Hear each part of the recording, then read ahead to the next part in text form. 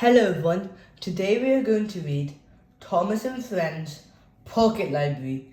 I'm sure you all love this video, so stick to the end because you want to watch every single book.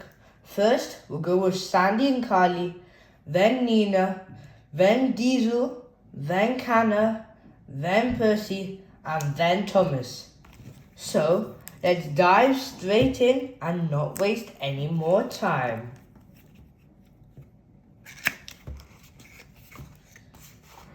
Wow, look at these beautiful books. First off, let's read Sandy and Carly. Sandy, the rail speeder, and Carly, the crane, love fixing engines again and again. Carly's crane arm is long and super strong. She carries Percy when his firebox goes wrong. Sandy is small but mighty and loves doing repairs. Her tools fix all problems and she really cares. Carly and Sandy work at the maintenance yard. They always help others. No job is too hard. That is the first book, Sandy and Carly. I'm sure you will love that. Next up is Nia.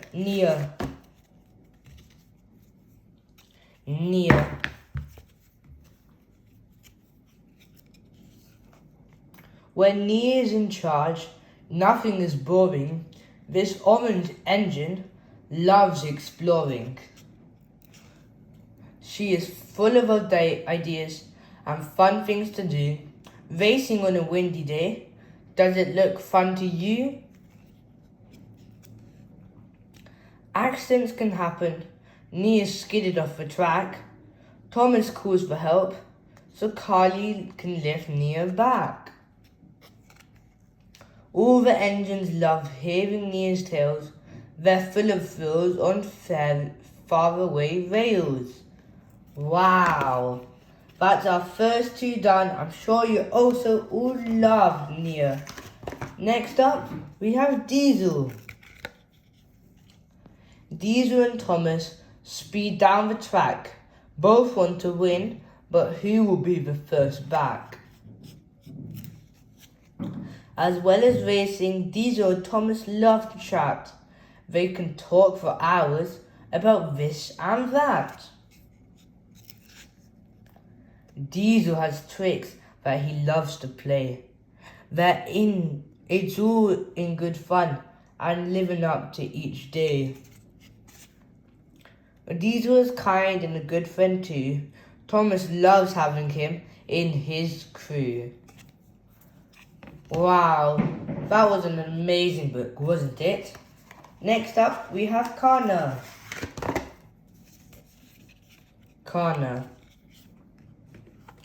Meet Purple Kana, who's friendly and fast.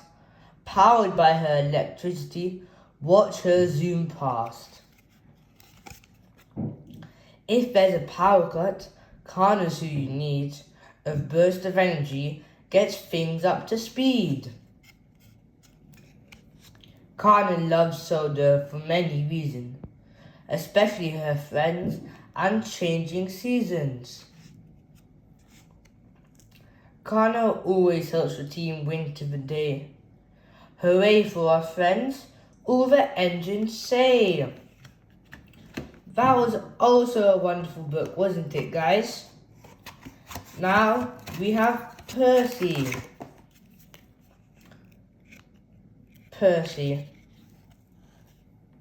Look, it's little Percy, Thomas's best friend. He loves rushing along every track and bend. Percy helps animals, especially at the farm. A happy cow licks him as he gets to the barn. But being at the farm can be messy too. You can end up with milk and egg on you.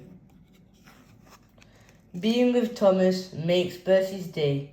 Racing on the track, hip hip hooray! Wow, I'm sure you all love that book too. Last but not least, probably the one you've been waiting for the most, Thomas. Here comes Thomas, ready to start his day. It's sure to be fun with lots of time to play. At the top of the hill, Thomas leaps into the air. Whee, he says, as he lands with care. When he meets Percy, Thomas has a surprise. Crystals in the cave, he can't believe his eyes. He tells Sir Topham Hatt about what they'd found.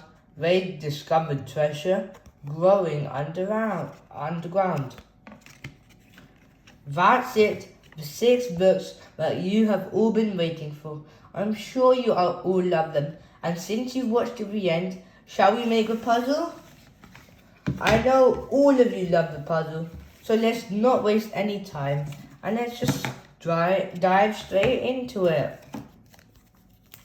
Wow, this is going really good so far.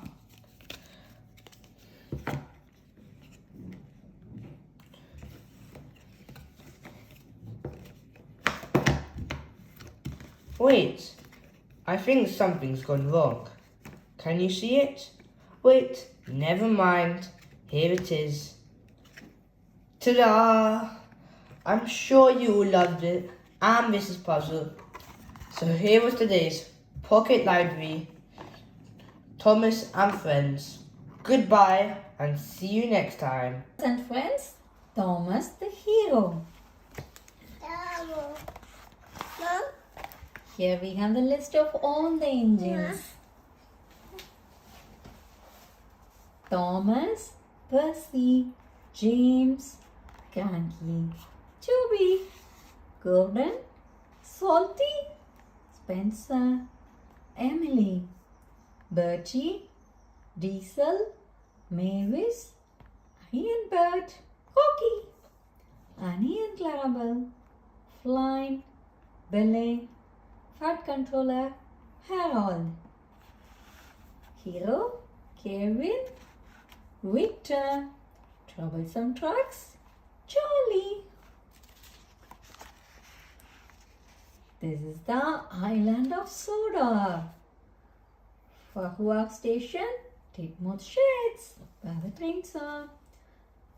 Knapfoot Station, Brow Station, China Clay Pits, Gordon's Hill, Woodspit Castle. Yeah, Pendant Docks. These are all the locations on the Island of Soda. This is the story of when Thomas the Tank Engine discovered that you don't have to fly high to be a hero. Thomas the Tank Engine was going about his work as usual when he heard a high-pitched whistling sound up in the sky. "Whatever can that be?" he said to his mom. Thomas looked up and saw a small plane darting overhead.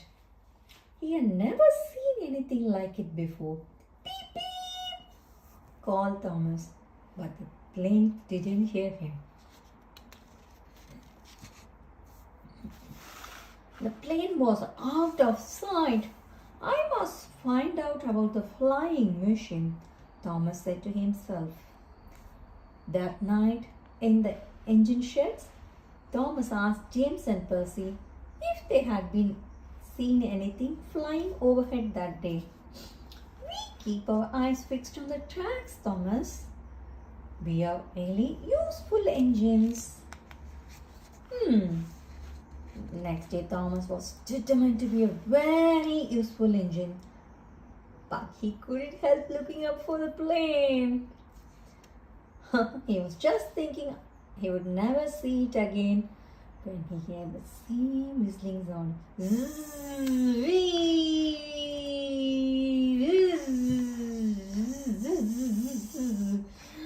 This time he couldn't resist.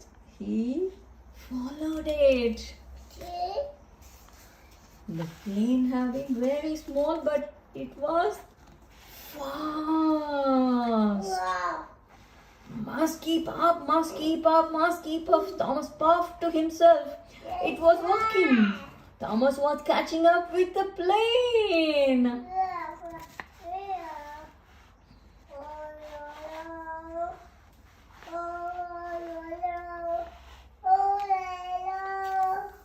The plane came down to land on an airstrip near the railway tracks. A little nervously now, Thomas came to a stop beside the plane. He admired the whirring propeller and the big red dots painted on its wings. I am Thomas, said Thomas shyly.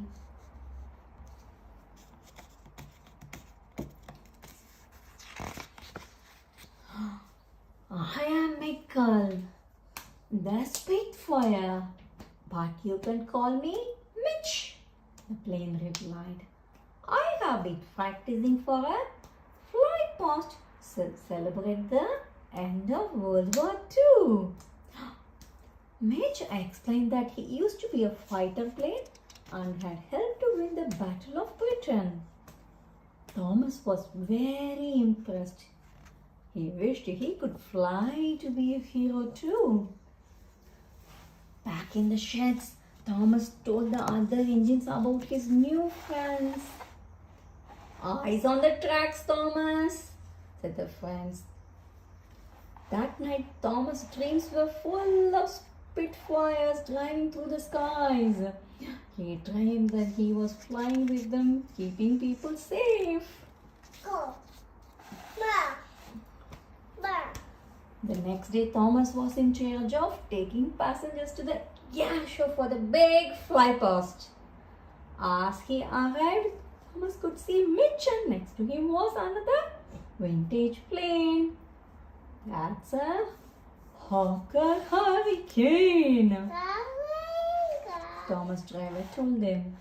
Hurricanes and Spitfires were the heroes of the Battle of Britain.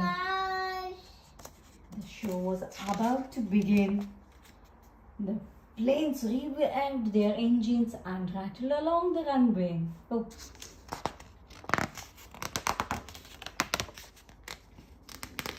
Thomas couldn't resist following them, but Mitch seemed to be in trouble. His engine spluttered. He came lower and lower and lower until the big splash. He made an emergency landing in a duck pond. What shall we do? Asked Mitch as he started to sink lower and lower into the muddy pond. No one will know where am I. I can help, puffed Thomas as he hurried to fetch the breakdown train. It's an emergency. As he pushed the breakdown train back to Mitch. A dripping Mitch was lifted out of the pond.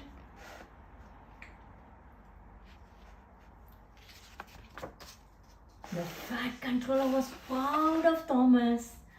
Thanks to you, keeping your eyes on the skies, you were able to get this Spitfire. That planes that took part in the Second World War had to be honored. Like that, you are a true hero, he added.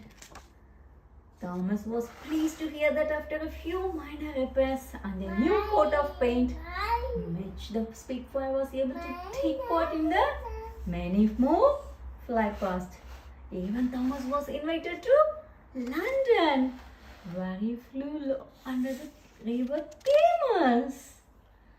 As he looked down at the river Thames, he remembered the time Thomas, the hero, had rescued him from a very wet landing.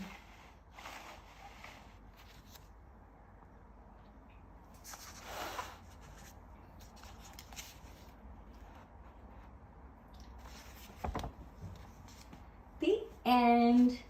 Island of Soda.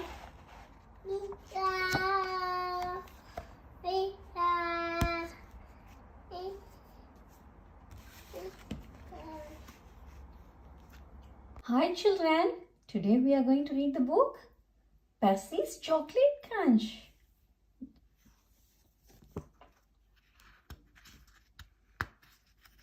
A Day Out with Thomas. Thomas and Friends, Percy's Chocolate Crunch. The Fat Controller's engines love being shiny and clean. Percy often has the dirtiest work to do, but he likes to be clean as much as any other engine. So washdowns are important to Percy. One day, the Fat Controller had some bad news. Due to a water shortage, no engine shall have more than one washdown a day. Usefulness before cleanliness. Percy was upset. I get very dirty. I need washdowns. Gordon only has them to feel important. I am important, sniffed Gordon. I am an express engine. You are a pouty puffer, Percy. No, I'm not, wished Percy, and he chuffed away. That day, Percy was loading coal trucks.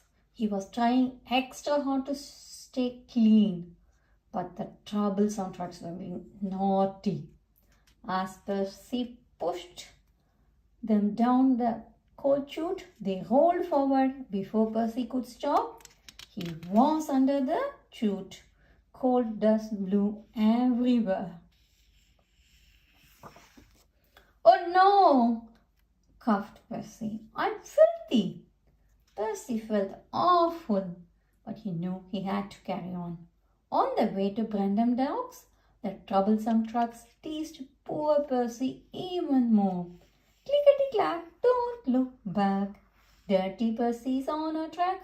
Be quiet, Percy snapped. When Percy arrived at the docks, he was very upset. From now on, I'm only doing work where I won't get dirty, he said, biffing the trucks into a siding. Harold, the helicopter, was delivering medical supplies to the docks. There was a big pile of cinders and ashes next to him. Just as Percy passed by, Harold took off. He blew cinders and ashes all over everything, including Percy. Not again, Percy groaned. I want to wash down. Usefulness before cleanliness, his driver reminded him. I want to be useful somewhere where I can't get any dirtier, Percy huffed. There's a load of sugar going to the chocolate factory. We could take the sugar trucks. Sugar, said Percy. That's nice and clean. Percy was pleased, but he didn't know that earlier that day, a leaky truck had spilled oil on the track. When he approached the chocolate factory, his driver applied the brakes, but Percy's wheels just skidded on the oil rails. Oh no! He crashed through the buffers and disappeared into the factory. Oh, Percy made a lot of noise, but the only thing he crashed into was a big tub of chocolate. Yuck! I have never been this dirty. As he steamed out of the other end of the factory, he was covered from funnel to firebox in sticky, gooey chocolate. Back at the sheds, all the other engines thought it was very funny. You look good enough to eat, hooted Thomas. Pudding Percy, teased James. Hem, said the stern-sounding voice. It was the Fat Controller. You have had a trying day, Percy, he said. Yes, sir, replied Percy from beneath the chocolate. But you have showed us all that usefulness does come before cleanliness. So you shall have your washdown, and you shall have a new coat of paint. Oh, thank you, sir, exclaimed Percy. He was lost for words. Percy was beaming with delight. The end. hope you all enjoyed reading this book with us. See you soon on another one. Until then, bye. Thomas and the Robot from Thomas and Friends books.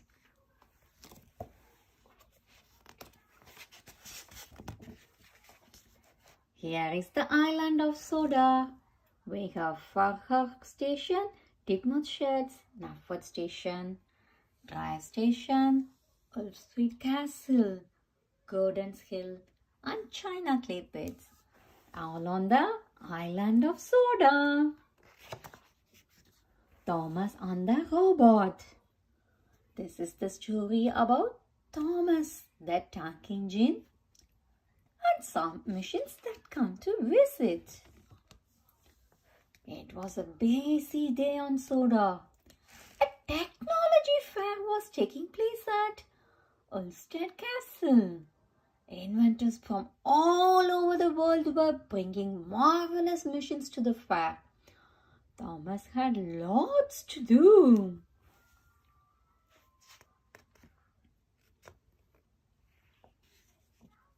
All aboard! Thomas sang out. He took passengers to Ulstead Castle and pulled some very important inventions. Rocket booster coming through, rocket booster coming through, rocket booster coming through, puffed Thomas. He even guided a plane invention to the fair. Clickety-clack, clickety-clack, click, click, click. Clickety-clack, clickety-clack, click, click, click. When the fair finally opened, there were inventions everywhere. A huge robot called Metal Man stopped what's the armors. Clink, clink, clink. Welcome to the future, said the fat controller. Thomas was excited, but he felt worried. With all these new inventions, would the steam team be part of the future too? Let's see what happens. Thomas was determined to show the fat controller how useful could he be, as useful as any robot. All day long he chuffed faster than he had ever gone before. Puff, puff, puff, puff, puff, puff, puff, puff. And that poor Thomas, look at his cheeks, it's turning red. At the next station, the guard was waiting on the platform. Watch out on the tracks today, Thomas. There is a silver machine on the rails, warned the guard. It's the fastest thing on Soda.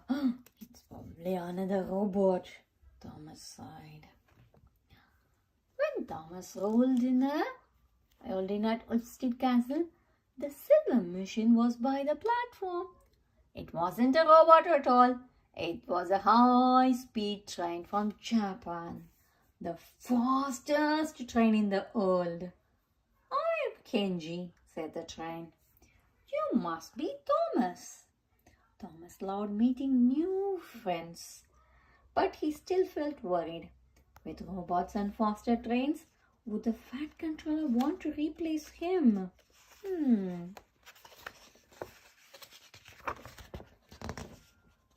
Thomas, look! Giggled Kenji. A flying car buzzed right over Thomas. Farther down the platform, Thomas didn't notice two men carrying the box of plants. As the men started to climb into Kenji's cab, the fat controller let out a shout. Thieves! He cried. Those men have stolen the blueprints for the flying car.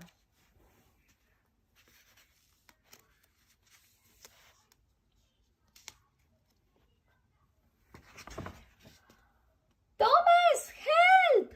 Kenji shouted, but it was too late. The thieves shot off down the track in Kenji. Oh, shh! Thomas knew he could never catch up with the fastest train in the world by himself. But he had an idea. and he needed the help of the machines. Thomas coupled up the rocket booster and whoosh! The rocket roared into life and pushed Thomas faster, faster, faster, faster, faster. Must catch up, must catch up, must catch up, Thomas puffed. Sparks whizzed up from Thomas's wheels. Thomas was uncoupled from the rocket truck and overtook Kenji. The signal person changed the points, and all at once, Thomas was in front of Kenji. Screech! Kenji ground to a stop.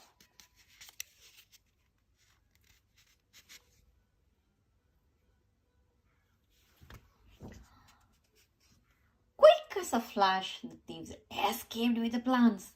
They got away, puffed Thomas. Hang on, what's that noise? Click, clack, click, click. It was Battleman. And the fat controller.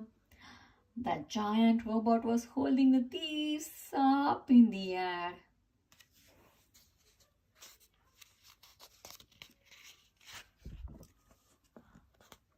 Thomas and the robot saved the day.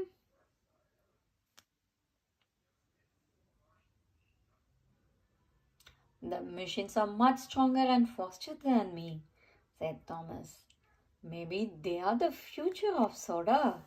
Oh, no, I would never replace my engines, said this fat controller. Steam engines are the greatest invention of all the time, he added. Thomas blushed from boiler to puffer. He didn't need to worry about robots or faster trains. Soda would always need the steam team. But Thomas had to admit, robots could be really useful too. Beep, beep. Beep, beep, beep, beep, beep. The island of soda.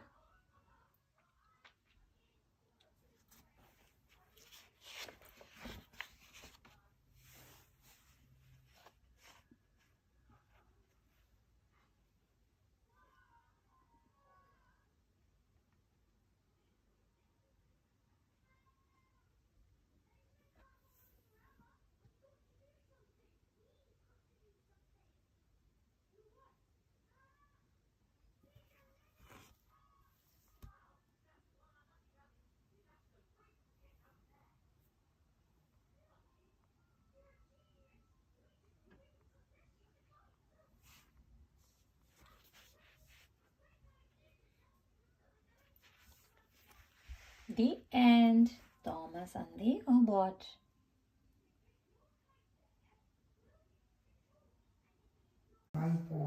Percy, the cheeky little engine. Percy is Soda's number 6 engine. He shuns trucks and carries bricks. He may be small, but he works hard, puffing to and from the yard. Good morning, Percy. His stripes are red and his dome is gold. He always does as he is told. 4 green wheels are all he needs to help this engine reach top speeds. Gordon, James and Henry too think there are things that he can't do, but Percy always proves them wrong because little engines can be strong. When all of Percy's work is done, it's time to have some fun. The journey Percy loves the most is puffing to and from the coast.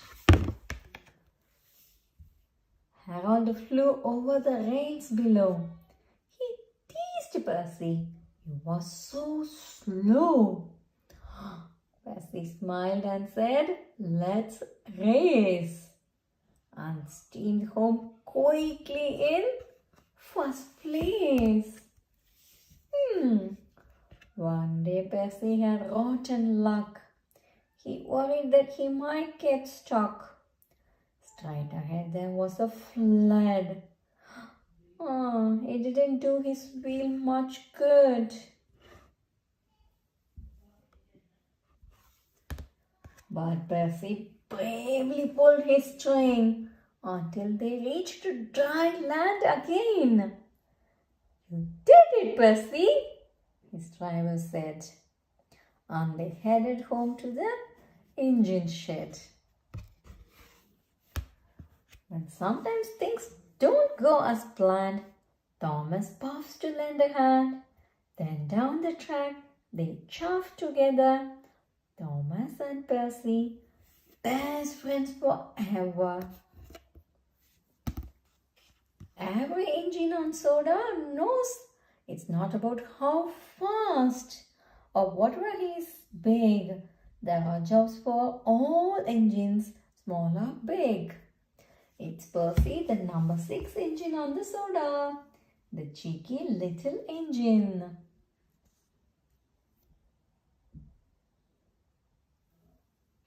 The end. Hi children, today we are going to read the book Percy's Chocolate Crunch.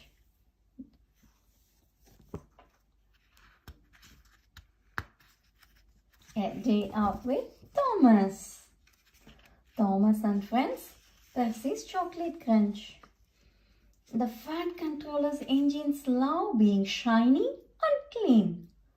Percy often has the dirtiest work to do, but he likes to be clean as much as any other engine. So washdowns are important to Percy. One day, the Fat Controller had some bad news. Due to a water shortage, no engine shall have more than one washdown a day. Usefulness before cleanliness. Percy was upset. I get very dirty. I need washdowns. Gordon only has them to feel important. I am important, sniffed Gordon. I am an express engine. You are a pouty puffer, Percy. No, I'm not, wished Percy, and he chuffed away. That day, Percy was loading coal trucks. He was trying extra hard to stay clean, but the troublesome trucks were being naughty. As Percy pushed them down the coal chute, they rolled forward. Before Percy could stop, he was under the chute. Cold dust blew everywhere. Oh no, coughed Percy. I'm filthy. Percy felt awful, but he knew he had to carry on. On the way to Brendam Docks, the troublesome trucks teased poor Percy even more. Clickety-clack, don't look back. Dirty Percy's on a track. Be quiet, Percy snapped. When Percy arrived at the docks, he was very upset. From now on, I'm only doing work where I won't get dirty, he said, biffing the trucks into a siding. Harold, the helicopter, was delivering medical supplies to the docks. There was a big pile of cinders and ashes next to him. Just as Percy passed by, Harold took off. He blew cinders and ashes all over everything, including Percy. Not again, Percy groaned. I want to wash down. Usefulness before cleanliness, his driver reminded him. I want to be useful somewhere where I can't get any dirtier, Percy huffed. There's a load of sugar going to the chocolate factory. We could take the sugar trucks. Sugar, said Percy. That's nice and clean. Percy was pleased, but he didn't know that earlier that day, a leaky truck had spilled oil on the track. When he approached the chocolate factory, his driver applied the brakes, but Percy's wheels just skidded on the oil rides. Oh no! He crashed through the buffers and disappeared into the factory. Oh, Percy made a lot of noise, but the only thing he crashed into was a big tub of chocolate. Yuck! I have never been this dirty. As he steamed out of the other end of the factory, he was covered from funnel to firebox in sticky, gooey chocolate.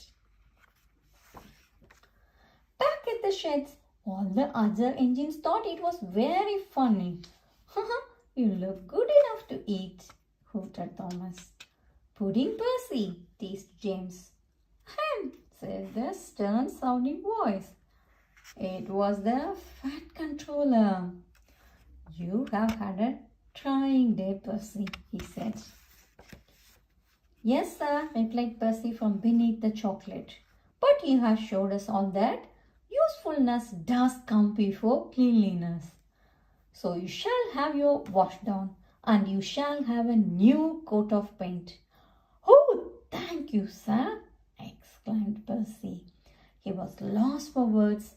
Percy was beaming with delight.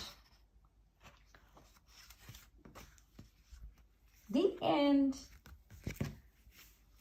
Hope you all enjoyed reading this book with us. See you soon on another one. Until then, bye. We are going to see the book Thomas and Friends on Misty Island. Oh, looks like Thomas is getting stuck somewhere. Let's go and see what happens.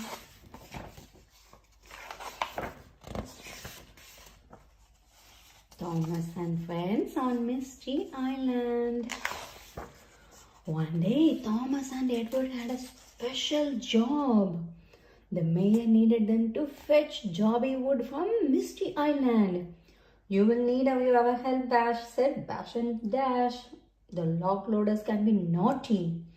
That's right, added Ferdinand. Do you think Thomas listened? No. Well, Thomas had been to Misty Island before and he thought he knew all about it. He didn't need their help. Thomas showed Edward around the island, then he led the way to the Shake Bridge. The logging station was just on the other side.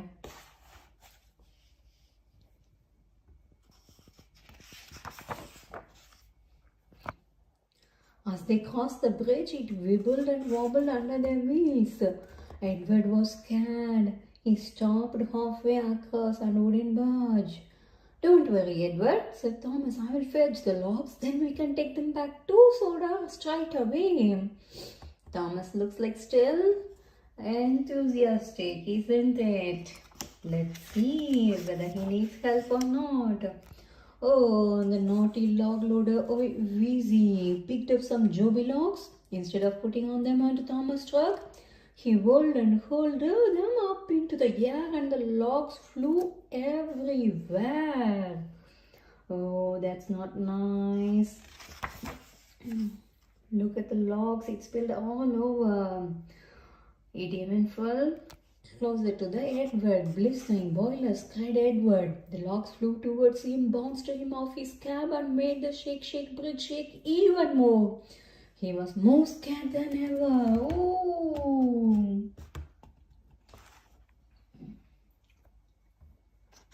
I think Thomas needs help. He needs to admit it. As Wheezy threw more logs around, Bash, Dash and Ferdinand puffed in. Wow! It looks like you need our help now, said Bash and Dash. That's right, said Ferdinand. Thomas still thought he didn't need help, so he rolled away again. That's really not nice, Thomas. You should take help and make job easy. Isn't it? Thomas chuffed over to Hee-Haw, the other log loader, but Hee-Haw was feeling too ill to work. Oh no. Just then James arrived with the fat controller. Hee-Haw wished and wished and then coughed back smoke all over them. Oh, I think the fat controller is going to get cross now. Thomas, boomed the fat controller. Logs are flying everywhere. Edward won't move and you are late with your delivery. Sorry, sir. I thought I didn't need help. Now I will make things right. Thomas found Bash, Dash and Ferdinand. I think I can't do this alone. Can you guys please help me? Oh, sure. Please follow what we say, said Buff and Dash. That's right, said Ferdinand as usual. They steamed back and went to the logging station. First, the 3 locomotives pushed Edward across the Shake Bridge. Next, they oiled the Hee-Haw's joints to make him feel better. They caught on the logs that OEVC threw in the air. Soon all the trucks were piled high with jobby wood. Wow, that's really quick. I think together they made the job very quicker. When the 5 engines delivered the word, the Fat Controller said, "You are all very useful engines. Yes, we make a great team," said all the 5, isn't it? I think when you are a team, you get the job done quicker and more efficient. We can help each other and work as a team. Beep, beep, beep, beep, beep. Bye from Thomas. See you all on the next book. Bye-bye. Today we are going to read 10 Little Engines from Thomas and Friends books. Count to 10 with Thomas and Friends, children.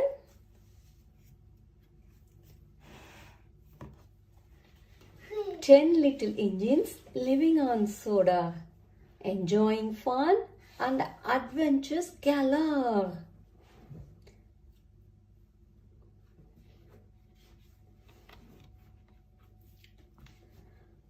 9 little engines straining at the weight. Poof! Hiss! Goodbye, peeps Rosie. Now there are 8. 8 little engines due in at 11.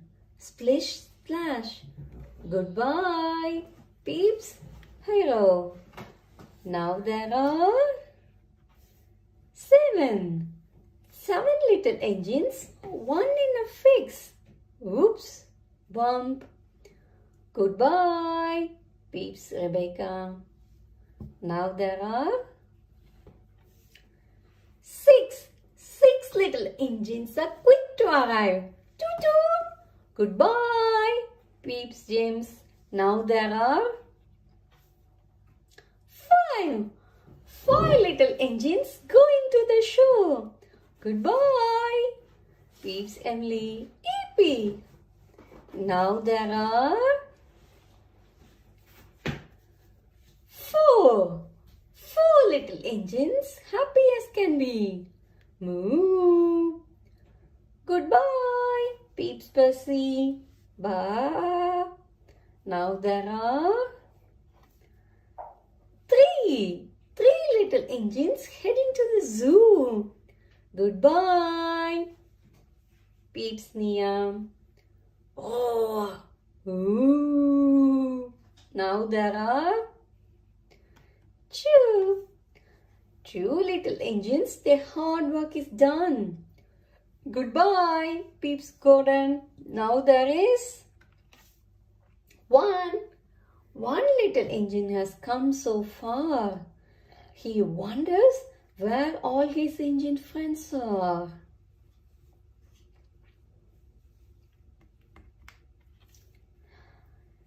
10 little engines all back in the shed.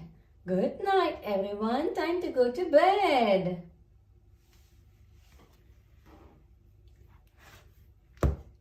Hope you had fun. Counting backwards from 10 to 1. See you soon. Bye-bye. Please subscribe to our channel to watch more videos. We are going to read Thomas and Friends. Learn to count with Thomas.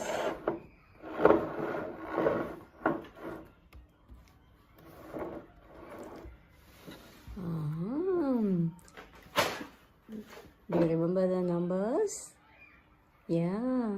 1 Thomas, 2 Edward, 3 Henry, 4 Gordon, 5 James, 6 Percy, 7 Toby, 8 Doug, 9 Donald, 10 Douglas. Thomas is number 1.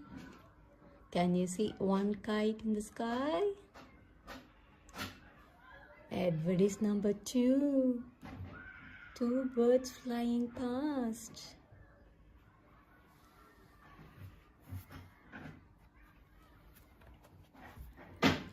Henry is number 3. 3 leaves blowing about. Gordon is number 4. 4 bags at the station. James is number 5. 5 cows looking at James. Percy is number 6. 6 ducks splashing around.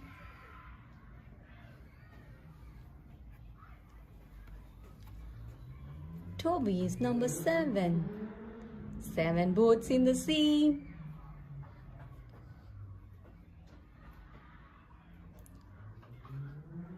Duck is number 8. 8 flowers on the hill.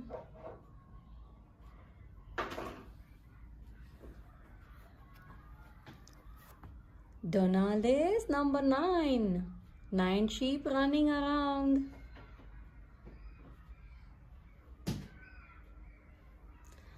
Douglas is number 10. 10 stars shining in the sky.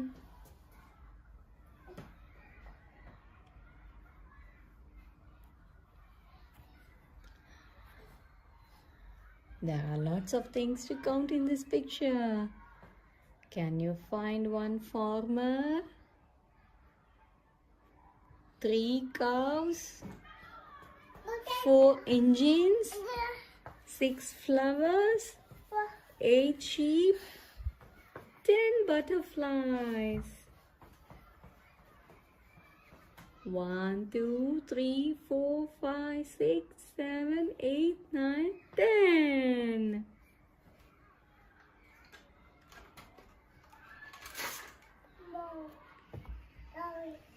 And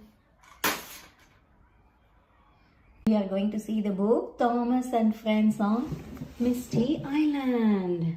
Oh, looks like Thomas is getting stuck somewhere. Let's go and see what happens.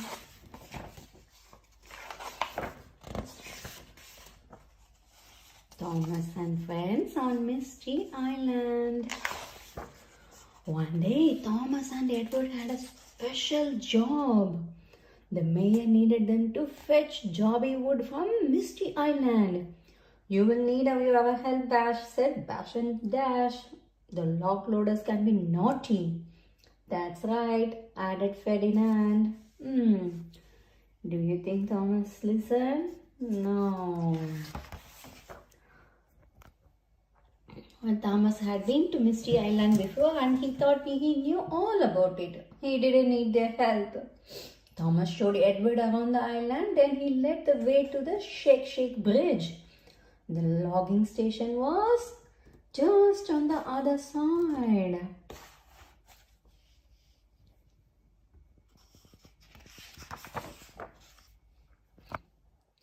As they crossed the bridge, it wibbled and wobbled under their wheels. Edward was scared. He stopped halfway across and wouldn't budge. Don't worry, Edward, said Thomas. I will fetch the logs, then we can take them back to Soda straight away. Thomas looks like still enthusiastic, isn't it? Let's see whether he needs help or not. Oh, the naughty log loader, oh, Wheezy, picked up some joby logs. Instead of putting on them onto Thomas' truck, he whirled and hurled them up into the air and the logs flew everywhere. Oh, that's not nice. Look at the logs, it spilled all over. It even fell closer to the Edward. Blistering boilers, cried Edward. The logs flew towards him, bounced him off his cab and made the Shake Shake Bridge shake even more. He was more scared than ever. Oh!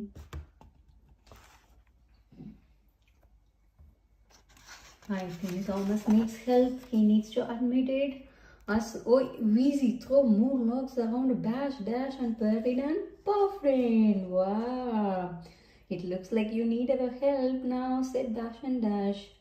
That's right, said Ferdinand. Thomas still thought he didn't need help, so he rolled away again.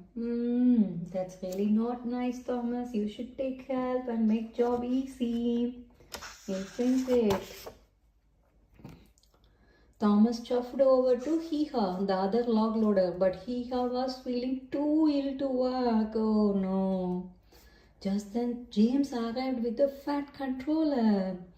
Hee-Haw wheezed and wheezed and then coughed back smoke all over them. Oh, I think the fat controller is going to get cross now. Thomas, boomed the fat controller. Logs are flying everywhere. Edward won't move and you are late with your delivery. Sorry, sir. I thought I didn't need help. Now I will make things right. Thomas found Bash, Dash and Ferdinand. I think I can't do this alone. Can you guys please help me? Oh, sure. Please follow what we say, said Buff and Dash. That's right, said Ferdinand as usual. They steamed back and went to the logging station. First, the 3 locomotives pushed Edward across the Shake Bridge. Next, they oiled the Hee-Haw's joints to make him feel better. They caught on the logs that Wheezy threw in the air. Soon all the trucks were piled high with jobby wood. Wow, that's really quick. I think together they made the job very quicker.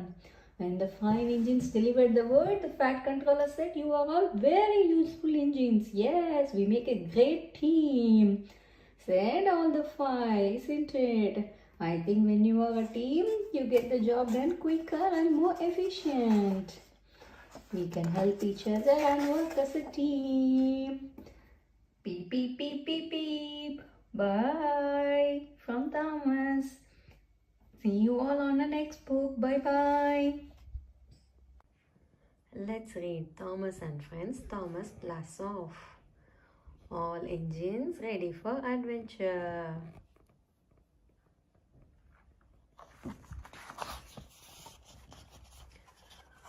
One early morning, engines Dickmuth sheds were woken up by loud reviving and whooshing noises. Today is the big rocket launch, Thomas cried excitedly. Who wants to come with me to see it take it off? Count us in, shouted the other engines. 3, 2, 1. Blast off, peeped Thomas. Follow me.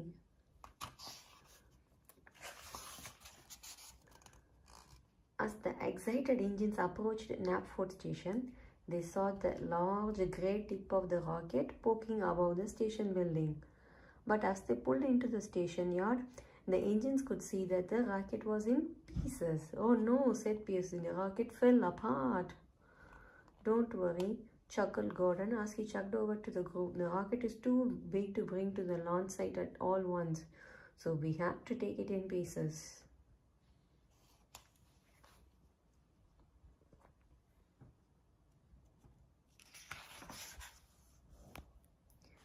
You mean we get to help deliver the rocket? Asked Thomas.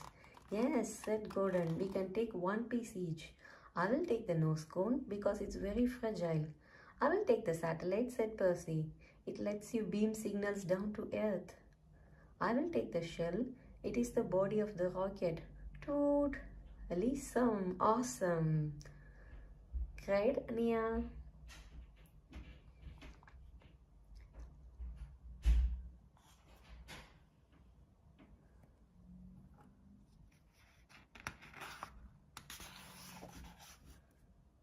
But what can I take? Asked Thomas. All that is left is this tiny cube. I wanted to deliver something big and important. That's the rocket's battery, said Gordon. It's a very important part. The sky filled with grey clouds. Let's go, said Gordon. The rocket can't launch in the rain.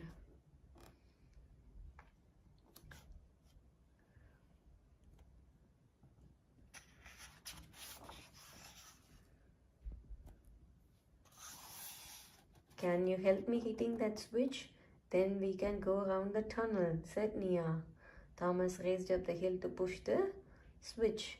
Mission complete. Both engines moved off around the tunnel.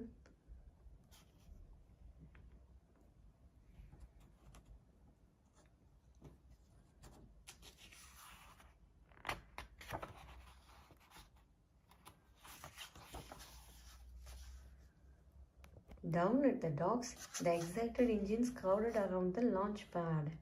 As Cranky the crane began to assemble the rocket. This is out of this world, said Thomas. Where is your piece of the rocket, Thomas? Grumbled Cranky.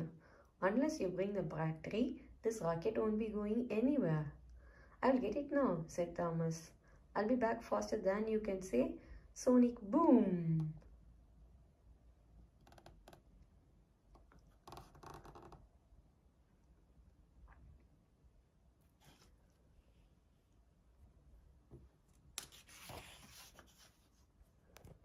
Thomas raced back down the tracks towards Knapford Station.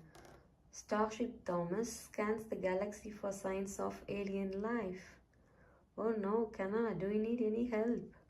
Asked Thomas as he screeched to a halt beside Kana, who was stuck in the mud. Starship Thomas to the rescue, cried Thomas. I will give you a rocket boost. 3, 2, 1, push! Thanks, Thomas, Kana said as she sped off towards the docks.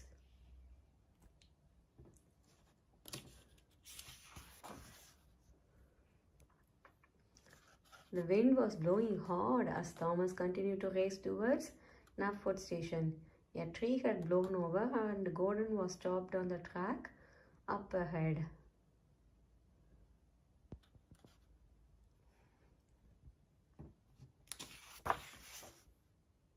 Sandy and Carrie appeared alongside Gordon. Oh no, cried Sandy.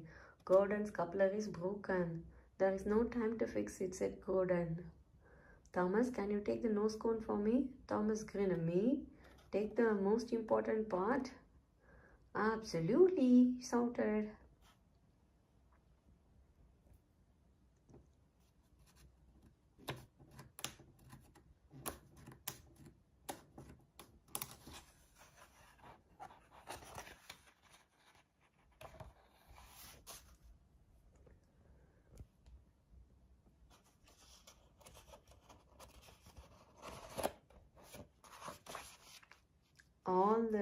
At the dog, Cranky lifted the nose cone and I lifted it in place at the top of the rocket. I got to deliver something important after all, said Thomas. And where is the battery? Asked Cranky. The rocket can't take off without it. Controls the steering. Every piece is important. Suddenly, the sky lit up with lightning. Oh, bolts, it's going to rain and the launch will be ruined, cried Diesel. I'll go at super light speed and I can get the battery in time, said Thomas.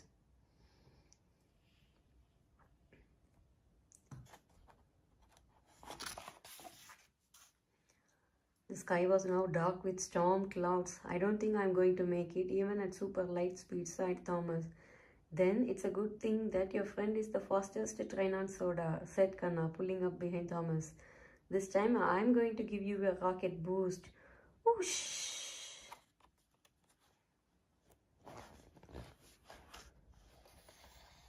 Beep, beep, beep, here comes, said Thomas, with the battery safely on board. He had nearly reached the docks when a strong gust of wind blew some rocks onto the tracks. Oh no, moon rocks, cried Thomas. He hit the rocks and cartwheeled through the air.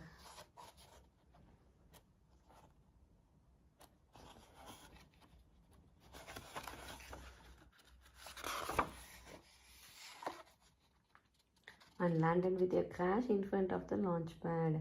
The rocket battery flew off the flatbed car and soared through the sky. The battery hit the side of the rocket and clank, bang, blink, dropped into the battery slot. Hooray! Cheered all the engines. Rain! Cried Percy as a few drops hit the ground. Quick! Hit the countdown button, shouted Diesel. Kana whizzed over to the button and hit it. 10, 9, 8, 7, 6, 5, 4, 3, 2, 1. Blast off! All the engines looked up. The rocket was now a tiny speck against the moon. Who knew something so small would be so cool, said Sandy. I guess everyone's job was important, said Thomas. No matter how big or small, rocket-tastic.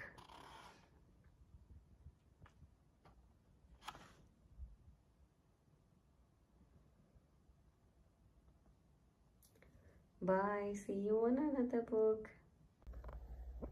We are going to see the book Thomas and Friends Race for the Soda Cup. All engines ready for adventures.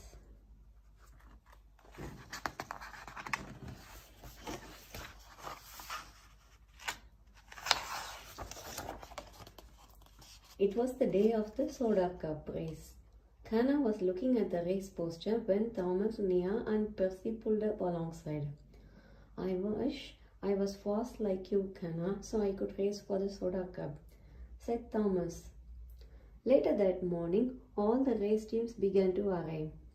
Thomas was excited when he spotted two brightly painted engines gleaming in the sunlight.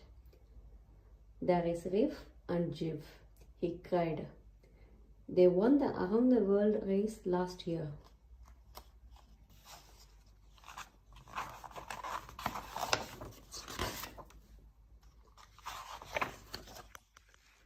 Kana was going to race with Kenji. Thomas offered to show the pair the race route. Beep beep. The engines rattled down the winding track of the famous Cannibal Curve. Oh no, Kana was going too fast.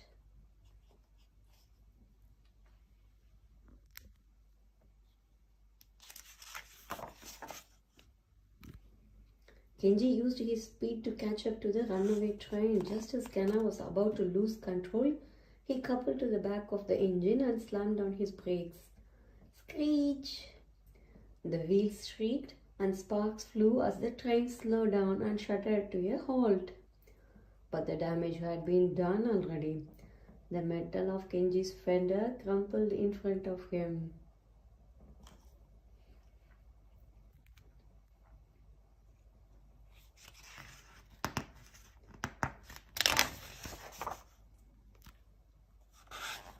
At the maintenance yard, Sandy had bad news for Kenji. A new fender would take weeks to arrive. At that moment, Diesel, Verona and Federica rolled into the yard too. Oh, guess you are both out of the race, they sneered. Not that we care who we beat. I am not out of the race yet, Kana replied. Thomas will race with me.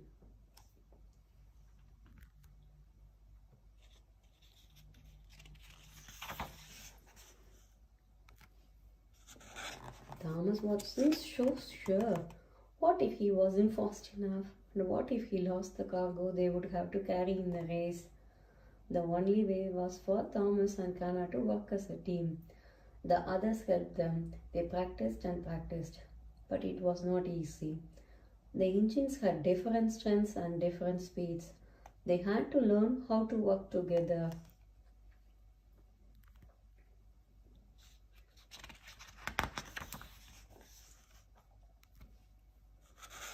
Thomas and Kana were finally getting somewhere with their training.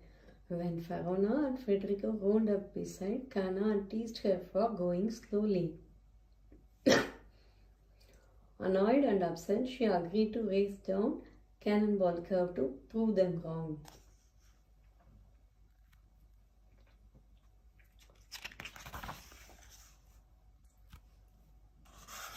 Thomas watched in alarm as the three engines raced neck and neck towards a sharp bend on the canyon. Suddenly, Verona and Federico slammed on their brakes, but Kana didn't brake quickly enough. She sailed over the tracks and skipped through the mud. Verona and Federico laughed. Better luck next time.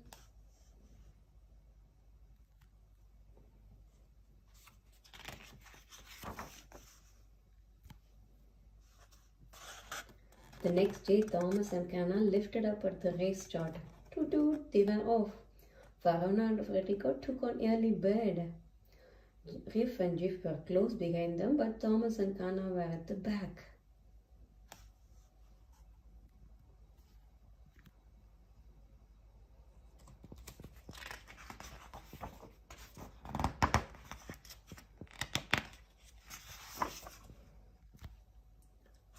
Percy was watching the race from the top of a cliff. He saw a truck wobble and its boxes all onto the track in front of Thomas and Cana.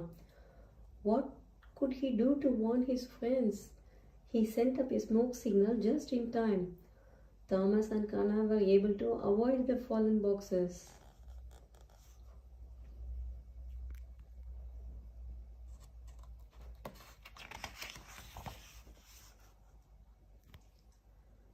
Next, Thomas and Cana walked as a team to take a shortcut across the rickety bridge, carrying a freight car full of hay.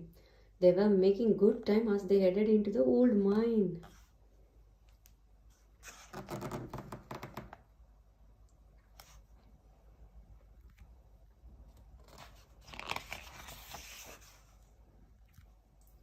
On the rails above, Cana spotted Riff and Jiff. A piece of track was missing around and they were stuck. Do you need any help? Thomas called out. But Riff and Jiff shook their heads. You two just go on and win that cup, Jiff tooted back.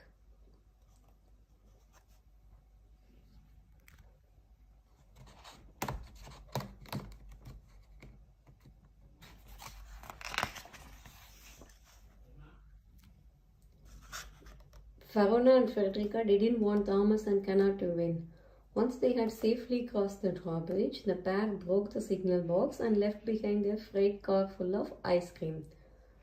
The drawbridge was stuck open.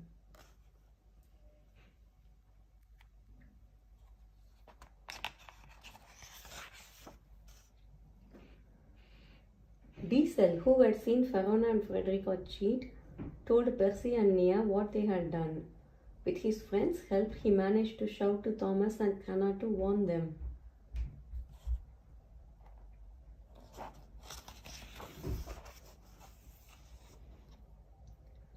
But they were going too fast to stop. Thomas could see Bulstrode the barge approaching the drawbridge. He knew just what to do.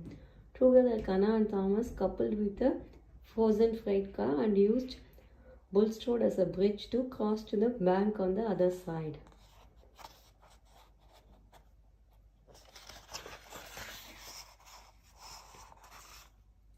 Thomas and Cana raced on. They were catching up to Verona and Frederico. They are about to pass, as shouted Verona, "Go faster!" The pair rattled down the cannibal curve. At the final moment, Thomas and Cana hit their brakes, but Verona and Frederica didn't stop in time.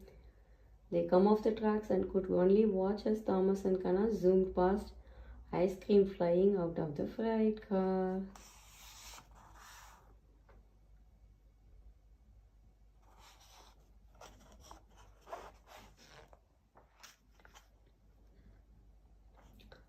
Thomas and Cana had won the soda cup.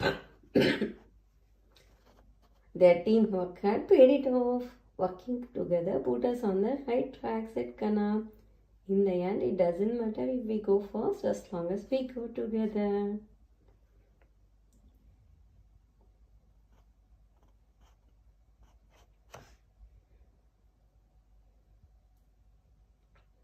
It's the end. Bye. We are going to read Percy's New Friends from Thomas and Friends series.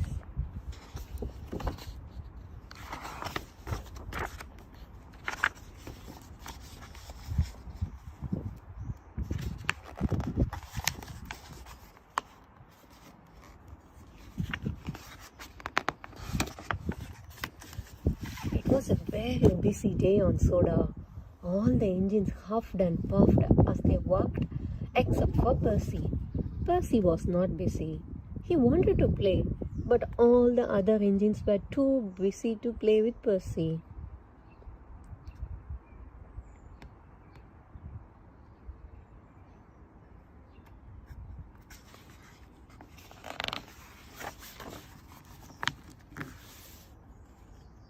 Percy puffed sadly to random dogs. At the dogs, a noisy bird was quacking loudly on Cranky's arm. "Hello, Percy," said Cranky. "This is my friend, Seagull." And an idea flew into Percy's funnel.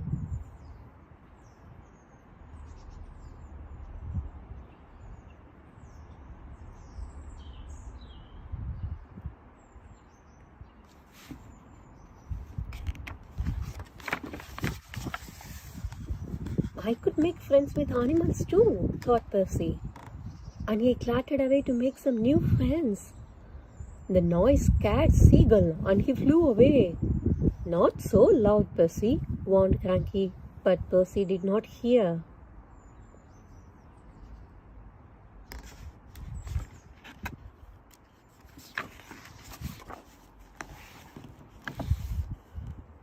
Percy puffed into the woods.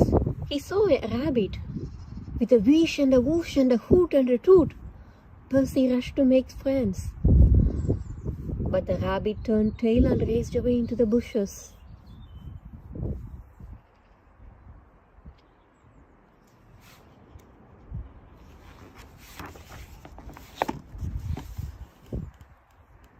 Farther down the track, Percy saw some squirrels. With a wish and a whoosh and a hoot and a toot, Percy rushed to make friends. But the squirrels scurried away up a tree.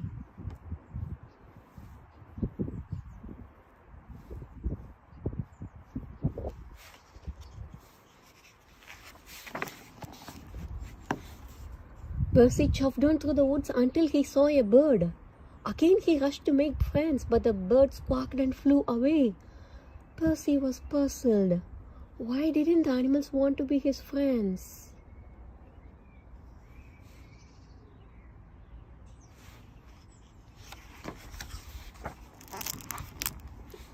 Suddenly there was the roar of an engine and the weep of a warning whistle. "Burst my buffers!" cried a terrified Percy. It was Gordon pulling the express. Percy shook from funnel to footplate as Gordon thundered past.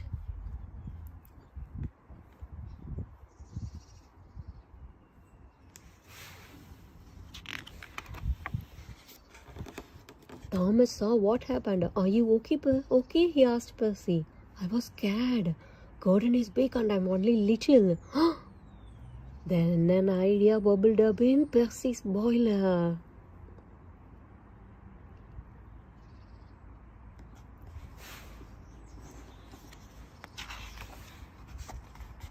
Percy set off back through the woods. This time Percy puffed slowly and carefully. Soon he saw the bird. "Hello," said Percy quietly. "Chip, chip," replied the bird, and he flew onto Percy's buffer.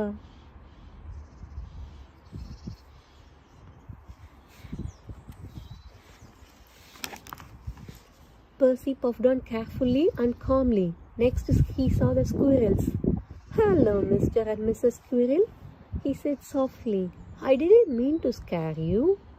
The squirrels leapt onto Percy's buffer too.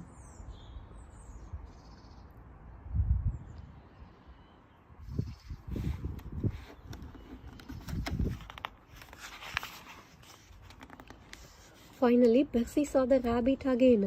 "I'm sorry," said Percy. "I was too loud before."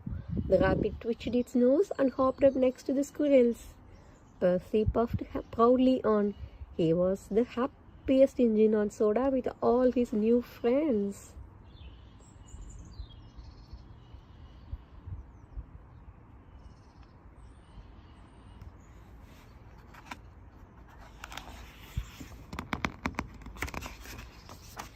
The end.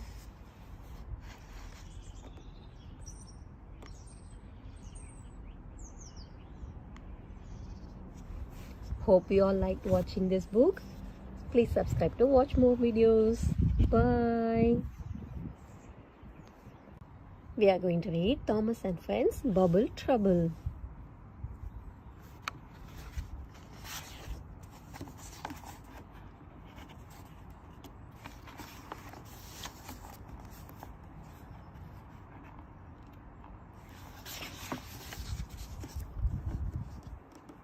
Mr. Bubbles' clown show was in town.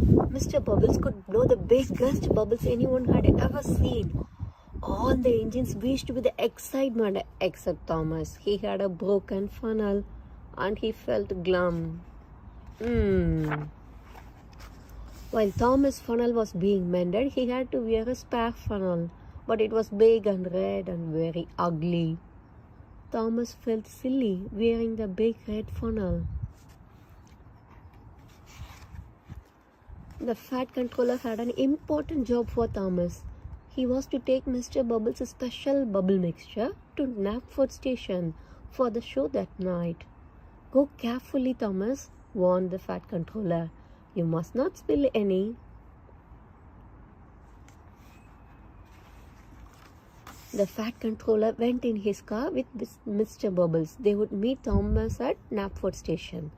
Thomas huffed noisily and set off. He was grumpy because he did not like his big red funnel.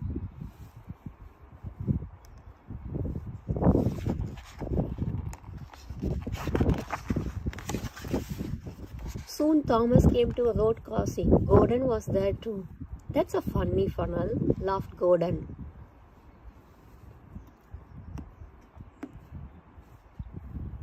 Thomas huffed crossly and raced away. He forgot about being careful. The bubble mixture splashed and splashed onto the road.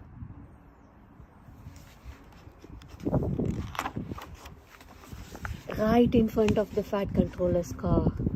The car skidded and skated on the bubble mixture and slid into a muddy ditch. "Slow down, Thomas!" shouted the fat controller, but Thomas didn't hear.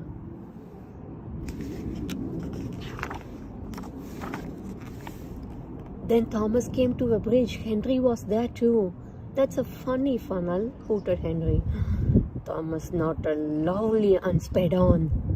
The bubble mixture splashed and splashed onto the road below. Right in front of the fat controller's car again. The car skidded and skated on the bubble mixture and slid into a pond. "My bubble mixture," cried Mr. Bubbles, but Thomas hadn't noticed.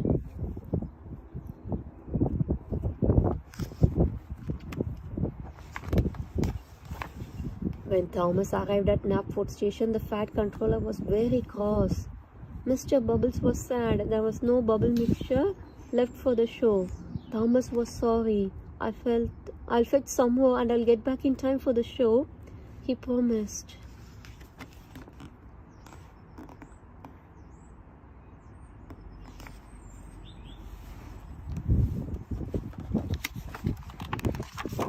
Thomas raced off to collect the new bubble mixture. However, this time he puffed as quickly but as carefully as he could. Just as the show began, Thomas chuffed into Knapford station with a new bubble mixture.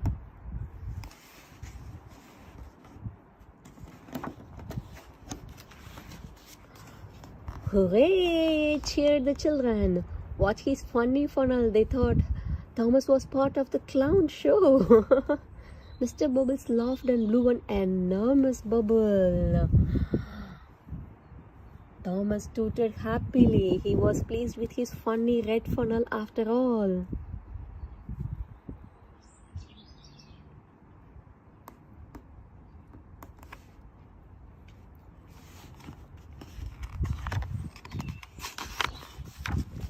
The end.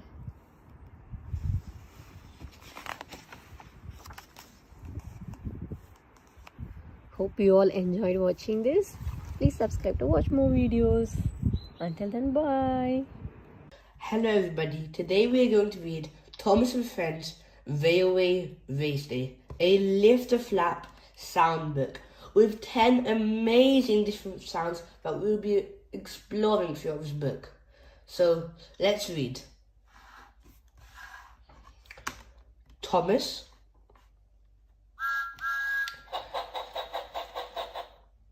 Percy and James are excited about the day's big event, a horse race at the Scottish Castle.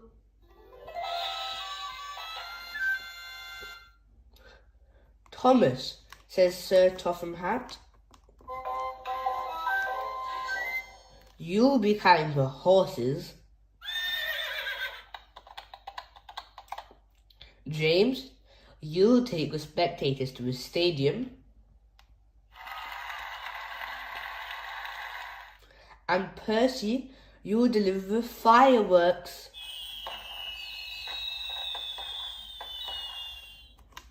Percy bursts out of his shed before Sir Toffler finishes.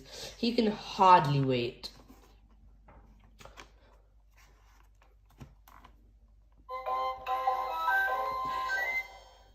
Thomas arrives at Knapford Station, eager to meet the horses. But they are nowhere to be found. I've got to find the racehorses and get them to the castle.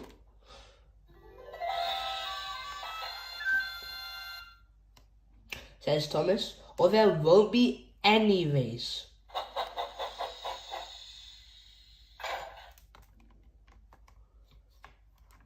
And look, it's the fireworks.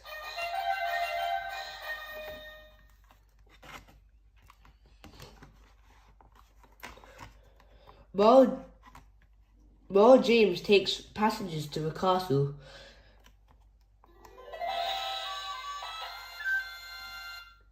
Thomas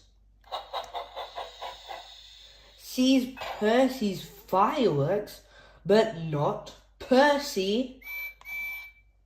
Where could he be? Thomas wonders. Thomas asks Harold to lend a hand. The helpful helicopter volunteers to carry Percy's load and to look for the lost racehorses.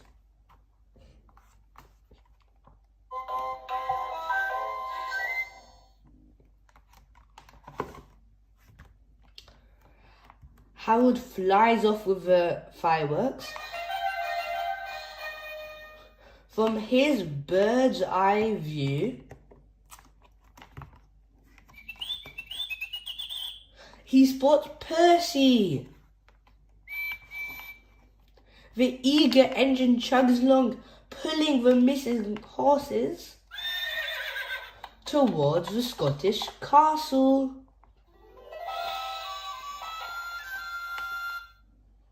Harold zips back to tell Thomas everything is okay. The horses are on their way.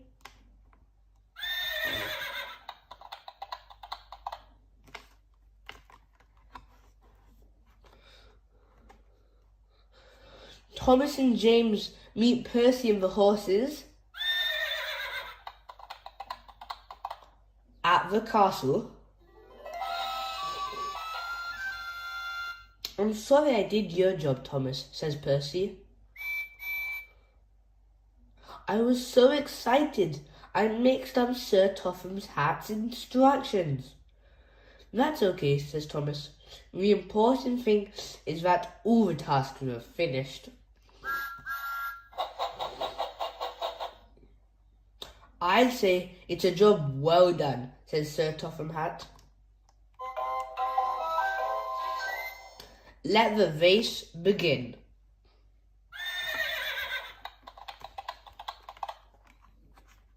And look, it's all of the fans. And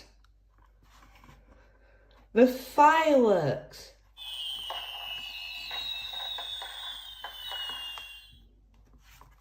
Wow, what an amazing book we have just read there. I'm sure you all would have loved this book of Thomas and Friends Railway Race Day. An amazing little flat book. I'm sure you all would have loved this, and if you did, please subscribe so we can explore so many more different new videos all together. So, bye for now. Today we are going to read The Runaway Engine from Thomas and Friends collection of books. It has lots of flaps to lift and a pop-out crash at the end. So please keep watching till the end. There is a surprise.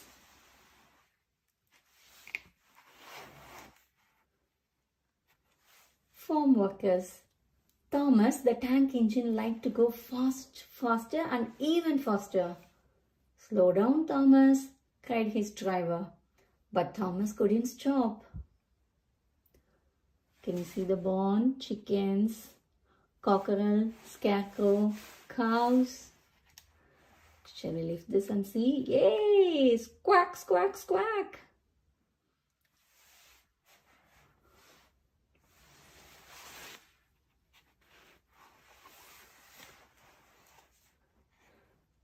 Thomas' driver tried to apply the brakes, but they were jammed. Thomas whooshed through the station without stopping. Can you see the watermelons on the truck car spilling out? Here is the platform, guard, station, stop signal. "Look out!" called the guard. "It's a runaway engine." There is a go signal.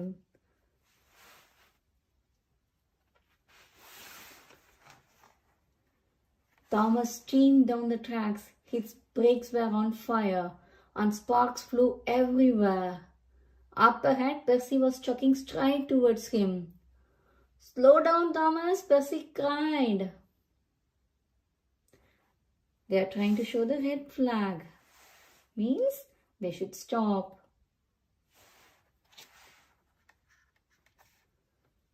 Phew. They turned the track, so now safe.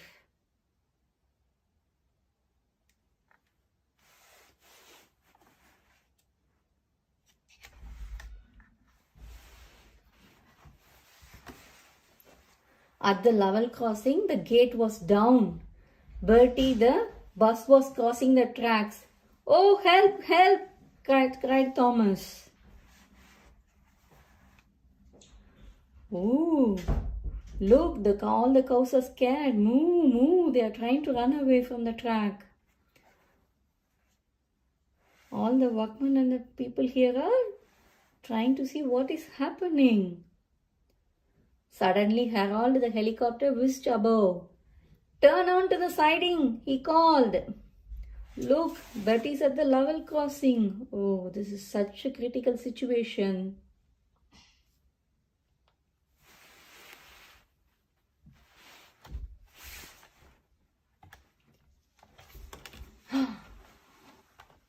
Crash!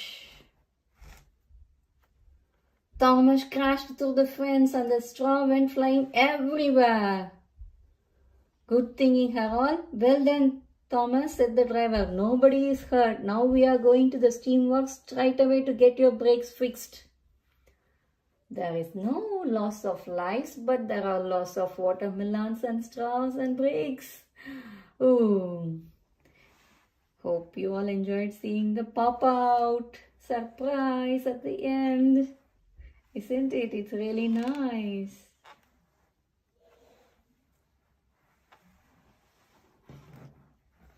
The end. See you all soon on another interesting book. Until then, bye.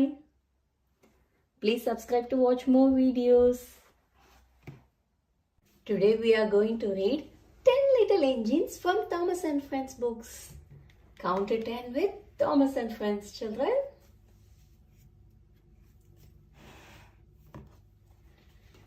10 little engines living on soda, enjoying fun and adventures galore.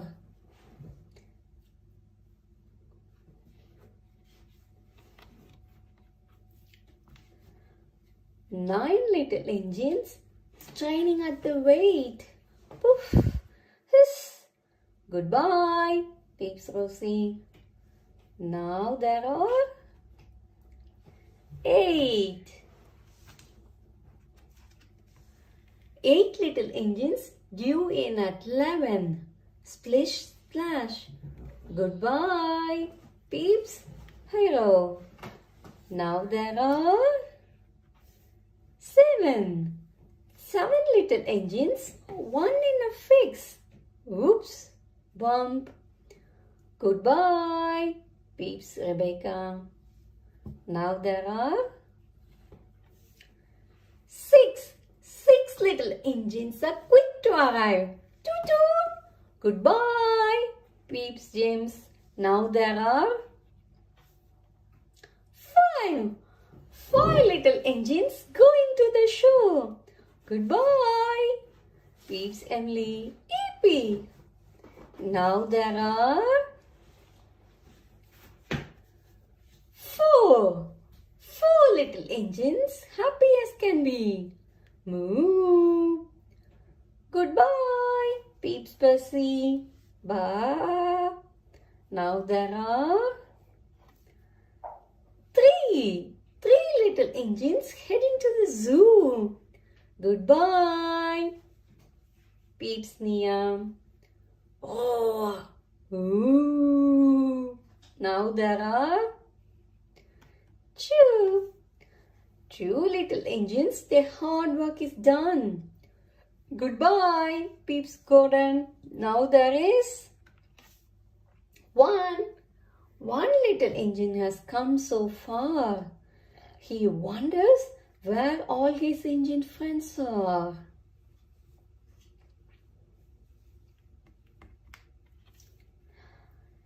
Ten little engines all back in the shed.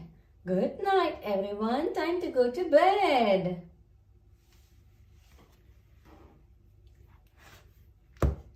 Hope you had fun. Counting backwards from 10 to 1. See you soon. Bye-bye. Please subscribe to our channel to watch more videos. Hi children. Today we are going to read Busy Bees from Thomas and Friends collection of books.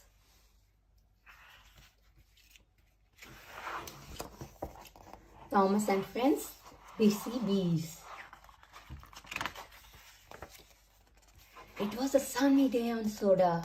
Thomas had a delivery waiting at Brandon Docks, some little wooden houses for Farmer Trotter.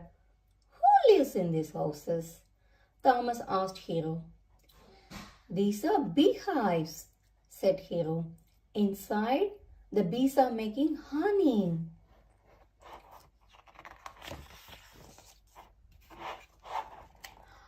I'll puff faster than fast to deliver the bees, Thomas peeped excitedly. But Hero told him to go slowly. Take the track through the woods so the bees can rest, he said. I must pick up some flowers from Farmer McGoggle. Hero and Thomas both steamed away.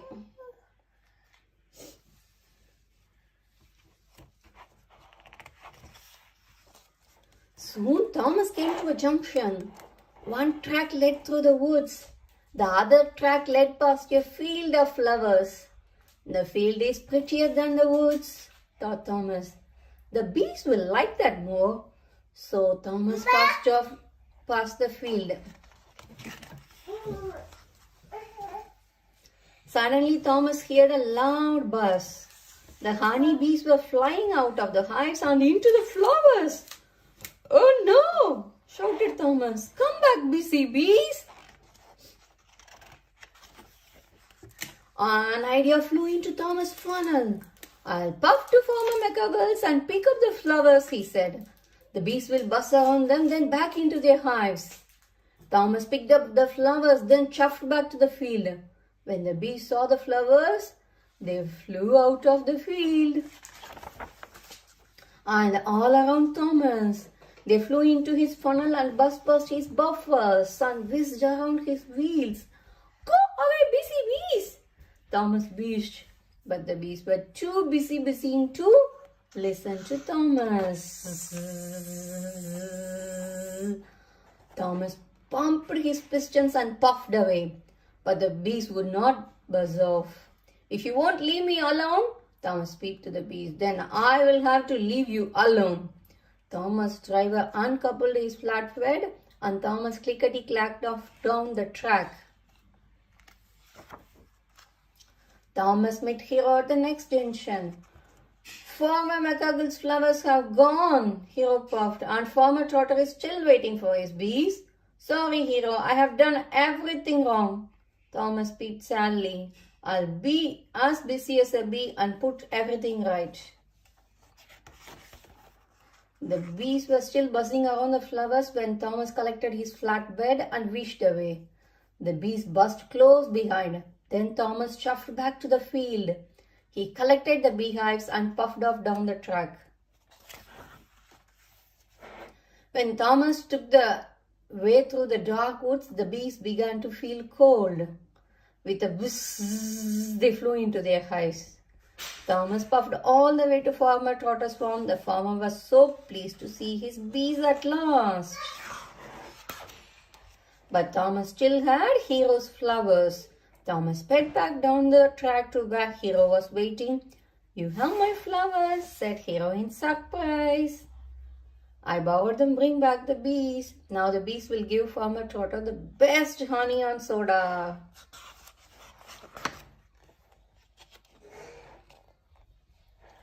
There are other lovely collection of summer storybooks which we will continue to read. See you soon on another one. Bye. Please subscribe to our channel to watch more and more interesting videos of the lovely books. Bye. Children, today we are going to read The Sounds of Soda from Thomas and Friends collection of books. We have got loads and loads of Thomas and Friends books, Peppa Pig books, Bluey books, Hey There Big books, and lots of nursery rhymes from Cocomelon. Please subscribe to our channel, watch more and more videos from our lovely collection of books. Shall we read the Soda's book now? Yeah. A composer was coming to Soda to write music for a brass band concert. Thomas had been chosen to show him around. The great composer wanted to hear the sounds of soda to help him write his tune. But what are the sounds of soda? Thomas wondered. Thomas listened carefully. He heard birds, animals, and the sea. Those must be the sounds of soda, he thought. Then with a whoosh and a whoosh, Emily puffed past. She was very noisy. The composer won't be able to hear the sounds of soda, thought Thomas. I'll have to take him somewhere where there aren't any engines. Thomas puffed to Knapford Station, where the great composer was waiting. "I'm here to take you to the sounds of soda, sir," Thomas peeped proudly. "Wonderful," boomed the composer. "I'll write my special tune as we puff along." First, Thomas puffed to a gurgling stream. "Fish, splish, splash the water. Here are the sounds of soda," he said. The composer listened. Then there was a loud huff. It was Gordon pumping his pistons. "Shh, Gordon," wheezed Thomas. "The composer can't hear the sounds of soda." Next, Thomas went to the whispering woods. The leaves rustled and the bats sang. The composer listened. Then came a rattle and a clatter. It was Mavis. "Shh, Mavis," steamed Thomas. "The composer can't hear the sounds of soda." As Thomas whooshed away, he wished all his friends weren't so loud. The composer would never be able to write his tune. Suddenly, an idea flew into Thomas' funnel. "The quarry is closed today, so none of my best friends will be there." He peeped, so Thomas puffed to the quarry. "Here are the sounds of soda," said Thomas. The composer listened. The quarry was silent. "There aren't any sounds," he said. Then there was a loud peep, peep, peep, peep. It was James' whistle. "Shh, James," Thomas tooted, puffing away. But James chased after him, blowing his whistle loudly. "Beep, beep, beep, beep, beep, beep, beep."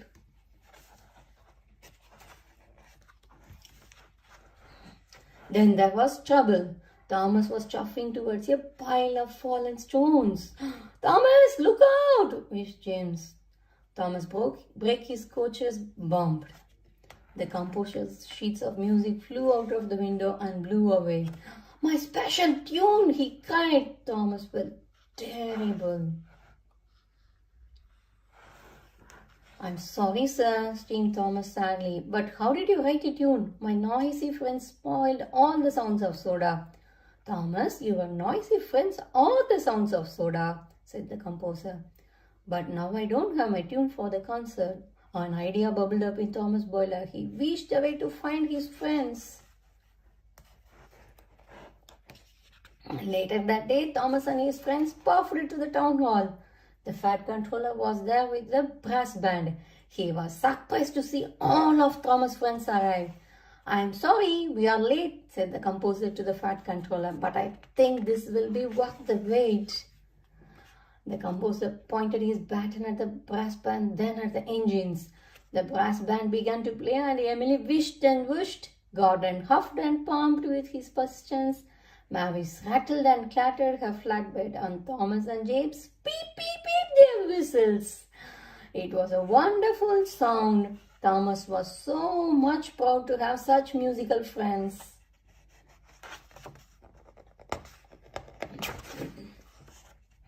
The end. That was really interesting. Bye. Hi friends. Today we are going to read Fire Engine Flynn from Thomas and Friends books collections. Shall we read? Fire Engine Flynn. Please subscribe to our channel to watch more and more interesting videos of children's books. We have got loads and loads of books on Thomas and Friends, Peppa Pig, Cocomelon, Bluey, lovely, lovely other books. Shall we start reading this book now? Yeah? Flying. The red fire engine was at the Soda Rescue Center.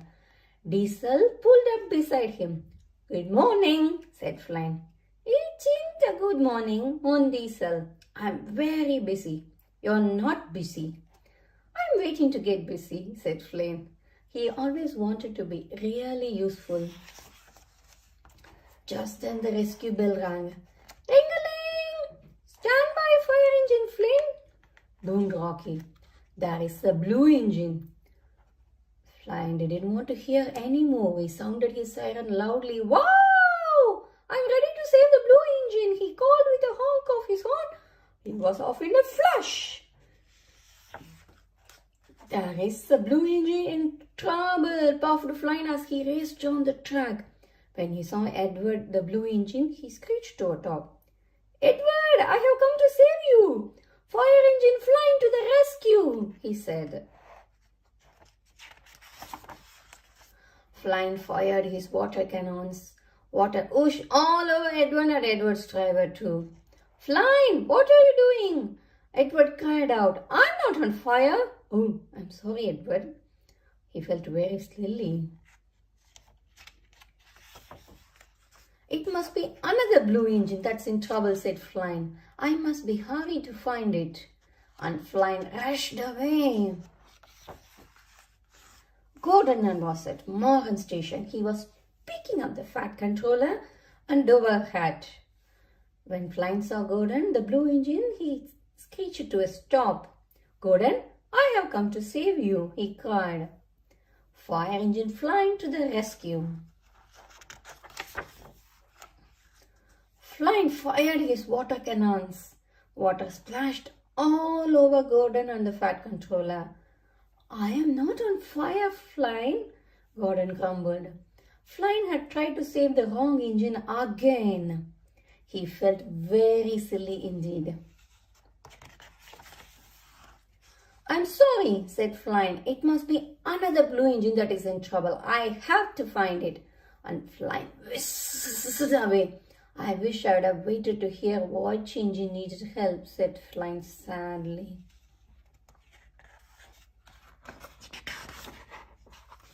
Flynn found another blue engine at the diesel works. It was Thomas. His firefox was on fire. Flynn fired his water cannons, but no water came out. Flynn had used it all up. "Sorry, Thomas," Flynn said sadly. "I didn't wait to hear which blue engine I had to save, and now I can't save you." Then Flynn had a great idea. "Diesels," he said. "You will save Thomas." So the diesel drivers poured water on Thomas' flaming firebox, and with a fizz, the fire went out. Flying trundled back to the rescue center, where he was filled up with water. He waited to be busy once more. The rescue bell rang again. An engine needs help! Boomed Rocky! And this time Flying wanted to hear which engine it was. The end. Beep beep! That was an interesting one. Isn't it? Flying shouldn't have rushed so much without hearing which engine needed help. That was really a good learning. Bye-bye, children. See you soon on another book. Please subscribe to our channel to watch more and more children's books.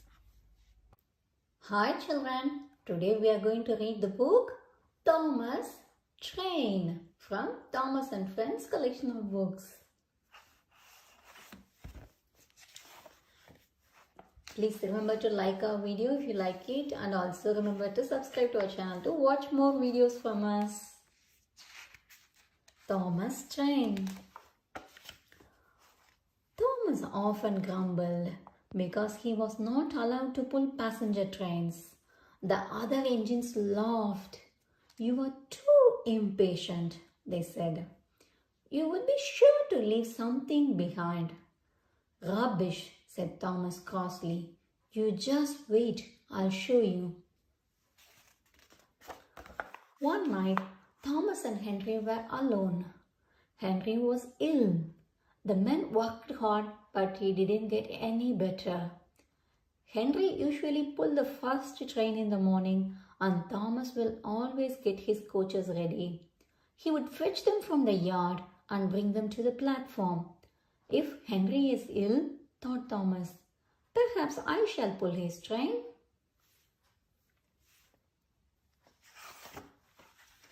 In the morning, Thomas ran to find the coaches. Come along, he fussed. "There is plenty of time, there is plenty of time," grumbled the coaches. Thomas took them to the platform and wanted to run round in front at once. But his driver wouldn't let him. "Don't be impatient, Thomas," he said.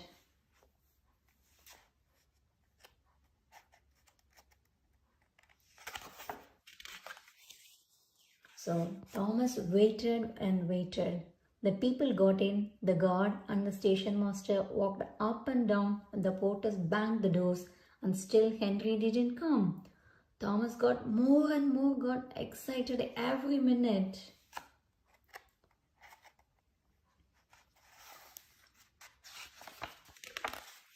"What's the matter?" asked the fat controller. The station master told him about Henry. "Find another engine," the fat controller ordered, hurrying out to the platform. "There is only Thomas," said the station master.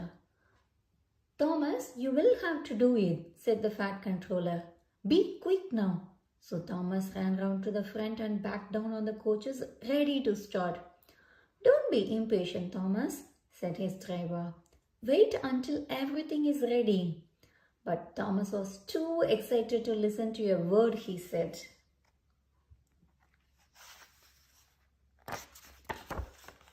Nobody knows what happened next. Perhaps they forgot to couple Thomas to the train. Perhaps Thomas was too impatient to wait until they were ready. Or perhaps his driver pulled the lever by mistake. But somehow Thomas started. People waved and shouted at him, but he didn't stop. "They are waving because I'm such a splendid engine," Thomas thought.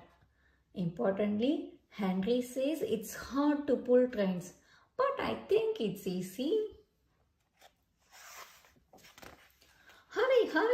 Hurry, puffed Thomas, pretending to be like Gordon.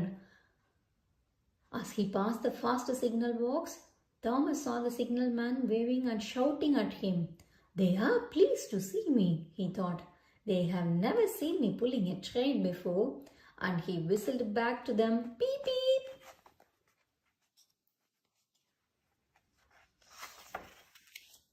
But soon Thomas came to a danger signal. "Bother," he thought, "I must stop, and I was going so nicely too. What a nuisance signal, sir." and he blew an angry beep beep on his whistle. On the signalman came running up. Thomas, he said, what are you doing? I'm pulling a train, said Thomas proudly. Can't you see? Where are your coaches then? Asked the signalman. Thomas looked back. Why, bless me, he said, if we haven't left them behind. Yes, said the signalman. You had better go back and fetch them. Poor Thomas was sad. He nearly cried. At the station, all the passengers were talking at once. They were telling the fat controller, the station master, and the guard what a bad railway it was. Suddenly, they saw Thomas coming back into the station, looking very sad. When everyone saw how sad and sorry he was, they couldn't be cross anymore. So they coupled Thomas to the train, and this time he really pulled it. Thomas worked very hard all day long and he wasn't impatient at all. You have been a very useful engine, said his driver. Well done. But for a long time afterwards, the other engines laughed at Thomas. Look, they said, there is Thomas who wanted to pull a train but forgot about the coaches. That's the end. Hope you all enjoyed reading this book with us. See you soon on another book. Thomas often grumbles because he is not allowed to pull passenger trains. So when Henry falls ill and Thomas is asked to help, he is very excited, but he is so impatient that something is bound to go wrong. Yeah, he forgot the coaches. Bye-bye children. See you soon on another one. Please subscribe to our channel to watch more videos from us. We have got lots of books on Hey Duggy, Bluey, Peppa Pig, Thomas and Friends, and Paw Patrol, Peter Rabbit. Lots of little library books and puzzle books. Sure you will enjoy them all. Bye-bye. Hi children. Today we are going to read Thomas and Bertie, which including Thomas and Bertie and Thomas' birthday.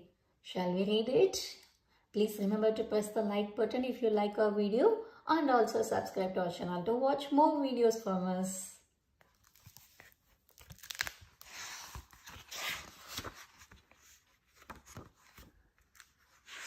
Thomas and Bertie. One day, Thomas was at a junction when Bertie the bus came into view. I can go faster than you, boasted Thomas, letting off steam. Okay, I will race you, said Bertie. The drivers agreed and in a flash they were off. Thomas puffed loudly as he pulled away from the station.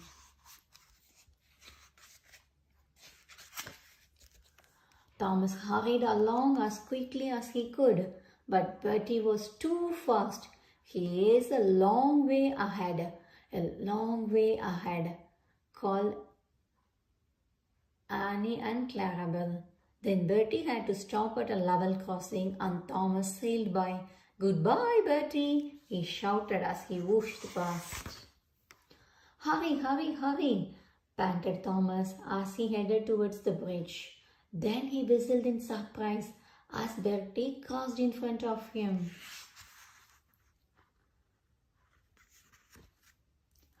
At the next station, the signal was up and Thomas had to stop. Oh dear, he gasped. The signal soon changed and Thomas rumbled over the bridge. There was Bertie stuck at a red light. We will beat Bertie yet, Thomas puffed. Suddenly, the lights changed and Bertie shot ahead, tooting loudly. Quick, quick, quick, urged Annie and Clarabelle. And soon Thomas and Bertie were racing alongside each other. But when Thomas reached his full speed, Bertie just wasn't fast enough. Thomas raced ahead into a tunnel, leaving Bertie behind.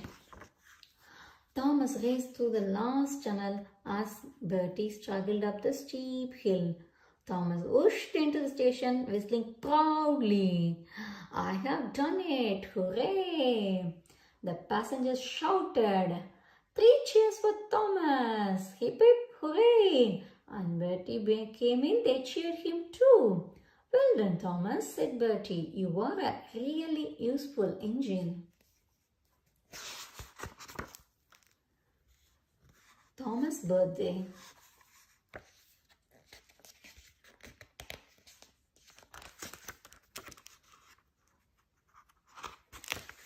Today it is Thomas' birthday. Henry is rushing to Thomas' party when he has to stop by the circus. Whoosh! Henry lets off steam and frightens one of the elephants. Whoosh! The elephant squirts water all over Henry in return. Poor Henry will have to get dry again for the party. Percy is going to Thomas' party too. But as he is passing the harbour, he decides to have a look at the sea. His trucks bump him forward so that he is closer to the water. Smash! Oh dear! The trucks have bumped him too hard and he falls into the river. The fat controller is not pleased with Percy. You are a very silly engine, he says. Now you might be late for Thomas' party.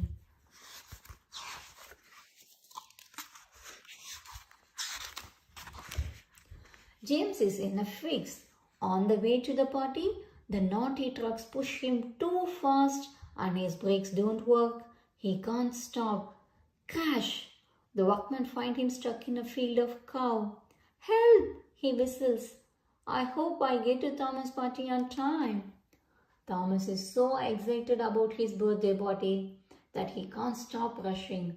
By the time he arrives at the viaduct, he is very hot and thirsty. We will have to stop and get some water, Thomas, says his driver. Let's hope it doesn't make you late for your own birthday party. Luckily, Percy, Henry and James have all arrived at Thomas' party safe and sound. When Thomas puffs into the station, everyone cheers. I didn't think you would get here on time, says the fat controller. But you are a really useful engine after all. Happy birthday, Thomas. That's the end. Thomas and Bertie, Thomas' birthday. Who will win the race between Thomas and Bertie? And will the engines get on time to Thomas' birthday on time? Yes, they did. Some of them, isn't it? Hope you all enjoyed reading this book with us. See you soon on another one. Please subscribe to our channel to watch more videos from us. Until then, bye. Hi children. Today we are going to read Thomas and the Easter Egg Hunt from Thomas and Friends collection of books. It's Easter time on soda. It's Easter time on soda. And Thomas is on his way. Choo choo choo choo choo. Its wheels are wearing quickly. It's the great egg hunt today. I can't be late. Look high and low for chocolate eggs. The fat controller tells the team. Engines ready? Then time to go. And they are off in a whoosh of steam. Let's go steamies. Soon Thomas reaches the station and James peeps in delight. He has found an egg among the flowers. So colorful and bright. Well done. Well done, James.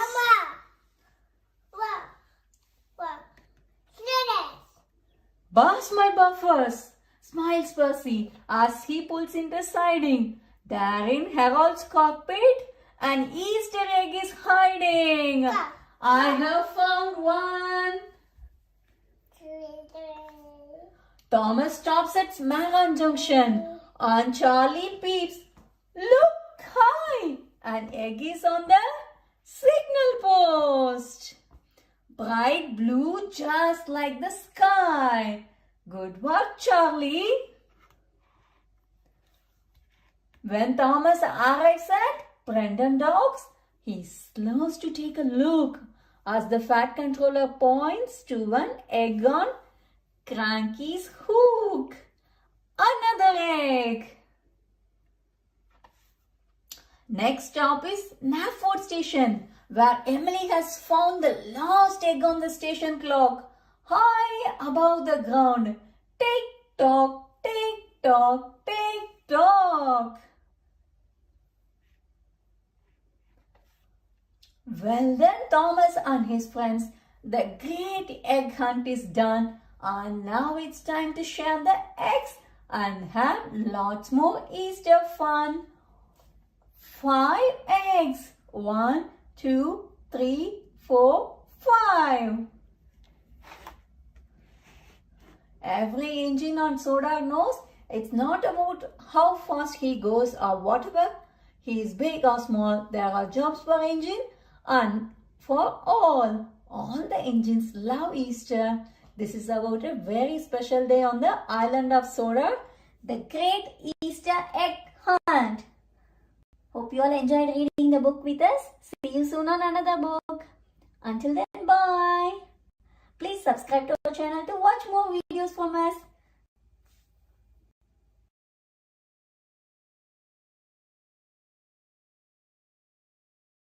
Hi children. Today we are going to read the book Percy's Chocolate Crunch.